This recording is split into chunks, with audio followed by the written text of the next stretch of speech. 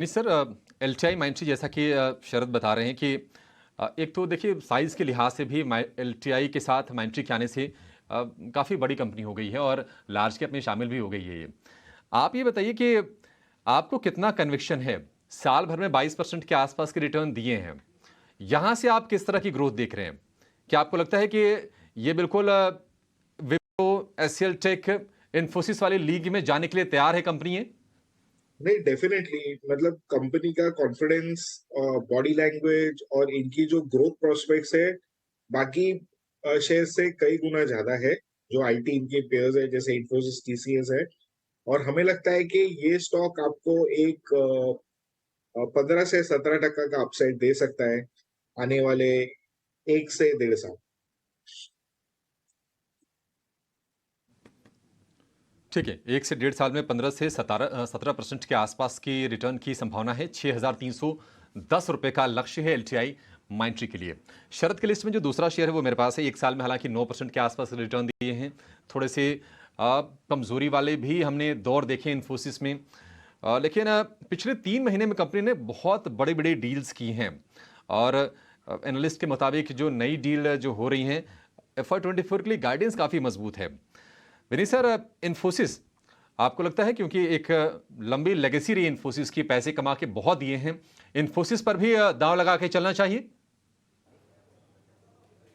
LTI के comparison में deals return थोड़े कम आएंगे, क्योंकि जो भी कंपनीज ने अनाउंसमेंट्स की है वो काफी बढ़िया है।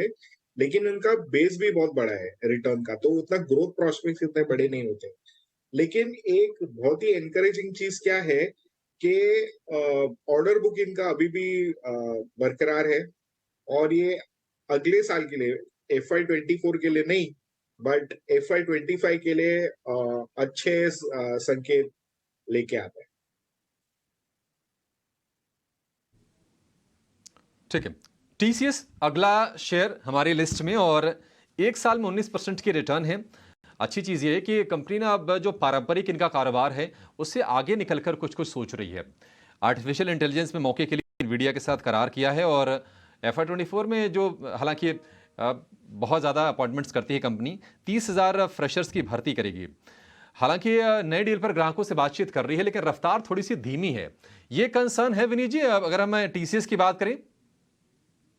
देखिए, जैसे मैंने इन्फोसिस के लिए कहा, वैसे टीसीएस का भी बेस बहुत ही बड़ा है। तो इसके ऊपर आपको आपका पोर्टफोलियो चर्न करना है, क्योंकि ओल्ड टेक्नोलॉजीज में आपका प्राइस इरोजन होता है। आपको न्यू टेक्नोलॉजीज ऐड करने पड़ते हैं, उसको ग्रो करना होता है। तो you are competing with yourself कि some businesses are dying out, new business are coming in. इसके बावजूद कंपनी ने काफी बेहतरीन तरह से कंसिस्टेंटली अपने आप को री इनोवेट किया है। और हमें लगता है कि मोर देन इन्फोसिस हमें टीसीएस ज्यादा पसंद है।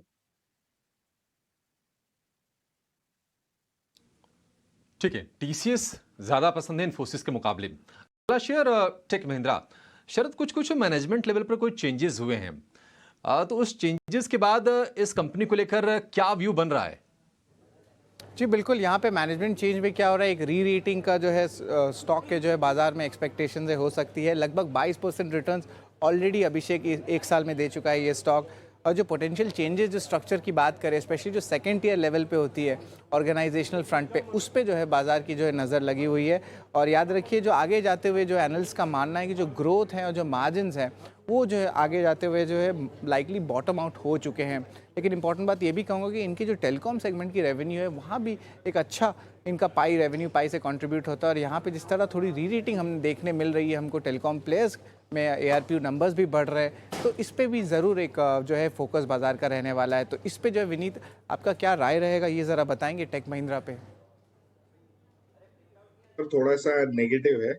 हमें लगता है कि इनकी टेलीकॉम बिजनेस में थोड़ा बहुत चैलेंज होगा ग्रो करने के लिए। और इधर प्राइसिंग प्रेशर बहुत आ रहा है, तो इसकी वजह से इसके मार्जिन थोड़े से कम हो सकते हैं। तो ये शेयर हम इन्वेस्टर्स को बोलेंगे कि आप इसमें से एलटीआई में स्विच करें। ठीक है, एलटीआई में स्विच करने की सलाह है टेक महिंद्रा से। लेकिन एक शेयर जिसने ना 400 रुपए के स्तर को बेस की तरह बना लिया है और उसके इर्द गिर्द घूम रहा है, प्रदर्शन कमज़ोर रहा है। हम बात कर रहे हैं विप्रो की।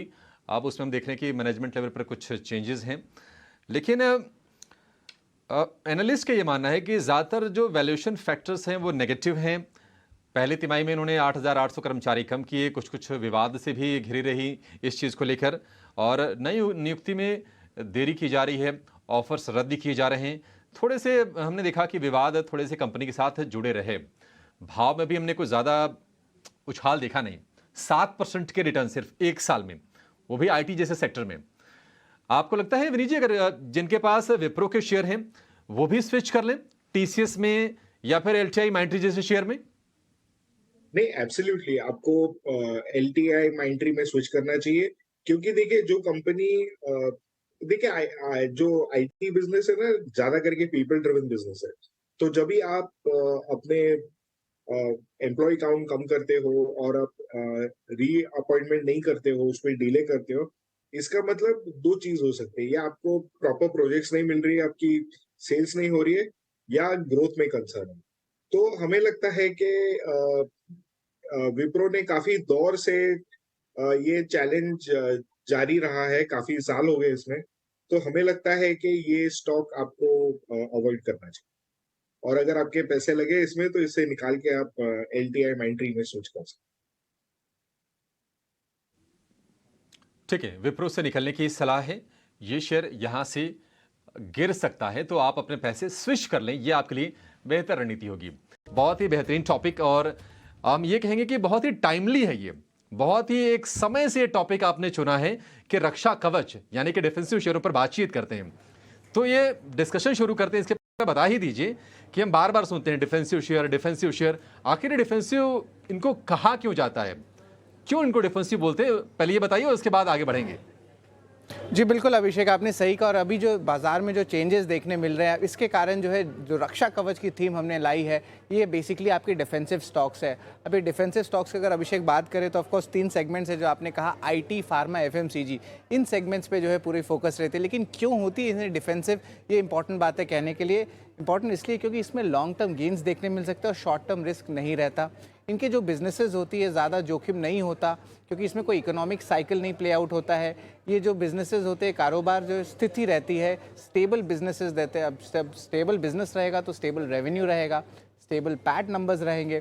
उसके कारण क्या होता है, बाजार में जब भी वॉलेटिलिटी बढ़ती है तब डिफेंसिव्स में जो है बड़े निवेशक जाते हैं, स्पेशली लार्ज कैप्स में जो है ज़्यादा इंटरेस्ट देखने मिलता है। तो इसीलिए जो हमने रक्षा कवच का आज थीम चूज़ किया है। लेकिन कुछ इंटरेस्ट इन 1 ईयर रिटर्न्स भी बता देते हैं। यहाँ पे निफ्टी में देखा जाए तो आप कह सकते हैं कि आप ऑलमोस्ट 11% का ग्रोथ देखने मिला। वहीं अगर मिड कैप लार्ज कैप की बात करें अभिषेक, तो बढ़ गई है, ऑलमोस्ट 30% का दोनों रिटर्न दिए हैं। और उसी साइड अगर आप आईटी, फार्मा, एफएमसीजी देखें, यहाँ पे भी निवेशकों को रिटर्न्स आए हैं, पर उतने ज़्यादा नहीं आए हैं जितना मिड कैप स्मॉल कैप में देखने मिला है। तो ये एक एरिया ऑफ कॉशन रहता है, और यहाँ पे रिस्क रिवॉर्ड रेशियो जो ट्रेडर्स भी कहते हैं वो फेवरेबल होता है। तो आप देख सकते हैं आईटी, फार्मा, एफएमसीजी। तो ये ओवरऑल जो है रक्षा कवच का पूरा कंसेप्ट है।